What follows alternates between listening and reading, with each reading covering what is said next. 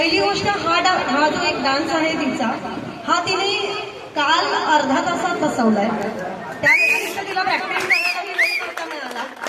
आणि दुसरी गोष्ट म्हणजे जो आधी केला तो, ते गाणं मर्ज करून तिने आज फक्त एकदा येऊन मला करून दाखवलं आणि त्या तयारीवर ती इथे उभी राहिलेली आहे.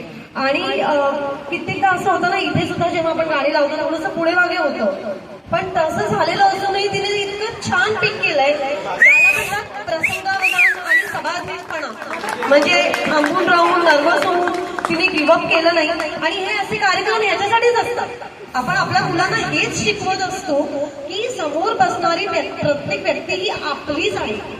श्रोते असू देत, रसिकजन असू देत, प्रेक्षक असू देत, कार्यक्रम कुठलाही असू दे, गाण्याचा असू दे, नृत्याचा असू दे, पण ही सगळी व्यक्ती, हे रसिकजन जे आहेत ते आपल्यासाठी आलेले आहेत, ते आपले आहेत. आणि त्यांना आपलं मानून जेव्हा आपण एखादा कार्यक्रम सादर करतो तेव्हा अशा छोट्या मोठ्या प्रॉब्लेम्ससाठी किंवा चुकांसाठी आपण अडून राहत नाही किंवा आपण ते सोडून देत नाही. हिताक्षीसाठी पुन्हा एकदा जोरदार टाळ्या. व्हेरी वेल, व्हेरी वेल.